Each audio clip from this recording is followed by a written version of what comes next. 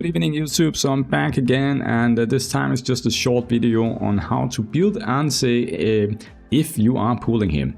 Now last week I actually did a hero build guide for him, but I had to remove it because he got nerfed and then he got buffed and then he got whatever, so it's been a roller coaster. But now the hero build guide is ready and I don't think they'll make any other changes to him right now, so we'll just go with this one here, and hopefully this hero build guide will help you guys out with about how to build him. So if you just take a quick look at his abilities here, he's got a severe wound on his basic attack. It's very nice for Liuli and Purgatory, and it's guaranteed, so you don't have to build with affected.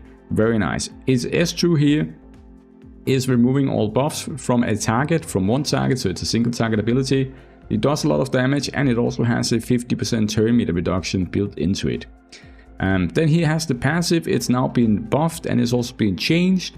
So the passive now is that for every 1% crit rate above 100% crit rate, you'll get 1.6% piercing rate and you'll get 5.6% crit damage. Before the buff here, it didn't have the piercing rate part. It now has piercing rate built in, and it also boosts the crit damage with 5.6 instead of 2.8%. So it's a double up on the crit damage. And what this actually means is very important for the build that we are talking about in just a second here. Now the last skill here, skill 4, it's been changed from 50% damage recorded to 70% damage, and he's also stealing more mastery now and converting more of it into crit damage, which is very nice. Let's just talk about the exclusive first here, because it's very important to talk about these because they are key to why we're building him as we are. So exclusives 1 is when a battle starts, for every 25% crit damage owned by Anze currently gains 1 more resonant point. And he can have 20 points in total to start with the ability.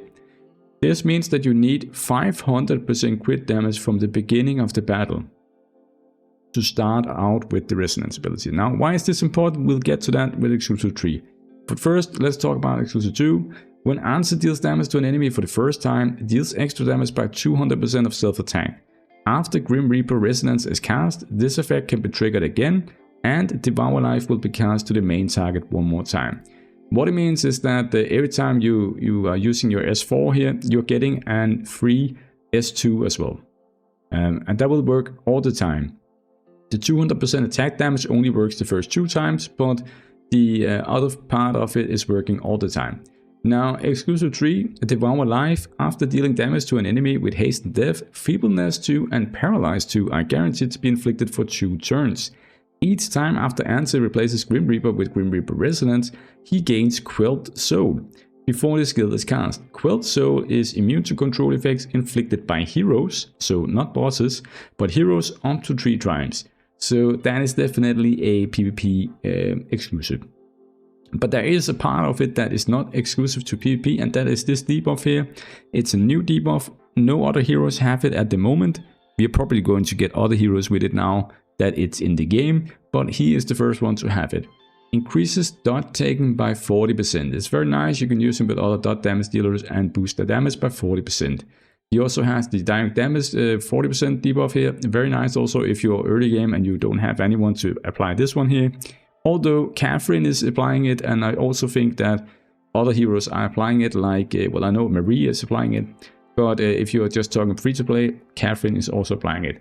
But this one here will definitely help you a lot, right? So how do we build him? How do we get him to 500% crit damage? And yeah, it's very easy actually. Well, not easy, but it's simple. It's simple to build him. What you want to have is 150% crit rate.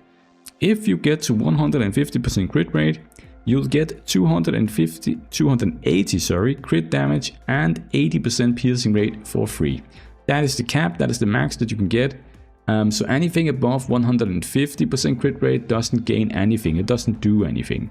Before the patch, actually the cap was 200% crit rate, but that is just an abnormal number that only the biggest Krakens can hit. So I'm very glad that they lowered it now, so that is only 150% crit rate. And because you get 150% baseline crit damage, here you can see the crit damage baseline is 150%. Because you get that, plus the 280% crit damage, you actually only need, in quotations, right, 70% crit damage from other sources. So for example, this one here is already 24. So if you take this one here, you'll only need like 46%. So you just need 46% from blessings, from gear, from talents, from all of that, to get him to the 500% crit damage that he needs to start out with the resonance ability. Now, if you only have him at exclusive 0 and you don't care about PvP, you don't care about CC immunity, anything like that, you just want the hasten death part here, you can just keep him at exclusive 0, and then you don't have to build him with crit rate or crit damage. You don't have to, because you don't get anything from it. The only reason we're building him with crit damage is because we want to have his exclusive 1 giving him some more points, and also because in PvP and other places you want to start out with the immune to CC. So that is why you're building him with crit damage. But so just try to get 150% crit rate, give him all your crit rate gear, get him to 150, and he'll get almost 300% crit damage for free, and also 80% piercing rate. So that's pretty good for early game, that you can just stack crit rate, and obviously 150% crit rate is pretty huge. So you will have to use like a artifact down here with crit rate on it. Maybe even go ahead and make one mythic here, like the one I have for Margarita here. I don't know why she has it, but whatever. Put this on her. Almost 40% crit damage. Well, that's crit damage, sorry, I'm so stupid. Crit rate, you want to have this one, like the one on Jingle Bell. That's what I meant. So you get the 30% crit rate from this one here. That could be nice. And also you can just go ahead, get some slay set or use the crit rate set or something like that to see if you can get to 150%. Now, this crit rate set here is pretty easy to farm, and you get 15% per set, so that's 30% in itself. And then if you are lucky, you can get some crit rate substats, and you can just put that onto him if you are early game. And it should be fine, because you're getting so much crit damage for free that it kind of, well, for early game is pretty nice, because you get almost 300% crit damage for free, right? Which is kind of hard to get in early game, let's be honest. So 150% crit rate is how you want to build him. Give him speed. He just needs to be faster than your main carry. So if you're using him with someone like Marie or Arato or whatever, you just want him to go faster than them, but you don't want him to be too fast compared to them. You don't want to give him 3k speed and then they only have 2, because from testing I can say that the more narrow the gap is between the carry DPS and then Anze, the more damage he does. I can't explain it. I don't know why it's like that, but it's true from my own testing as well, that is how it works on him. So try to minimize the gap between him and the carry DPS in the speed, but he needs to be faster to put his buff, okay? So I think for the echo part here, I want to talk about the echo part real quick.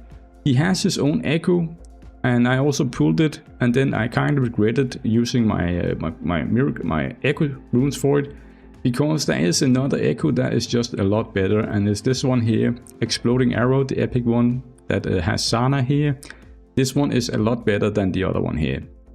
Now to start with, this one actually had crit damage up here instead of crit rate. They've now changed it to be crit rate. They haven't said anything, but it's now crit rate. And even with this, the purple one is still better. And the reason is that, look at the percentages down here. You can see that he is doing like 5% crit damage on 0 star times 4. So that's only 20% crit damage and 8% skill damage on that one. But if you use this one here and you get the 150% crit rate anyway, you're getting 63% crit damage. So definitely use that one. I'm gonna equip it myself here, because I think that one is just a lot better. For the aura, if you are early game or mid game and you don't have Incarnate Sanctuary, I would actually go with this one if you can. The piercing rate here will make him able to be 100% piercing rate when he has a shield. That is pretty good. But you can also go with this one here if you are not having any legendary runes and you don't want to put them on him. This one here, Bold Confidence, is very nice as well. Crit damage, crit rate, very nice. It's stats that he needs, very nice. For blessings, just give him your crit rate blessings until you are at 150% crit rate. And if you can get to that without the blessings, then use attack. I think attack or crit damage would be nice. But he also got so much crit damage already that you don't want to stack too much of it. So just get to the 500 crit damage in game, and then I would put attack instead on him, because that is better. For the emblems, I've gone like this here, and you can see that I've gone with crit rate obviously, and then gone down this way, building him like that. And then I also gave him some survivability, because he is pretty squishy, let's be honest, and he only got like 600k at health on my account, so kind of squishy. Alright guys, I think that is it for the hero build guide. I hope you enjoyed the hero if you get him. Otherwise, yeah, cheers, stay safe, bye.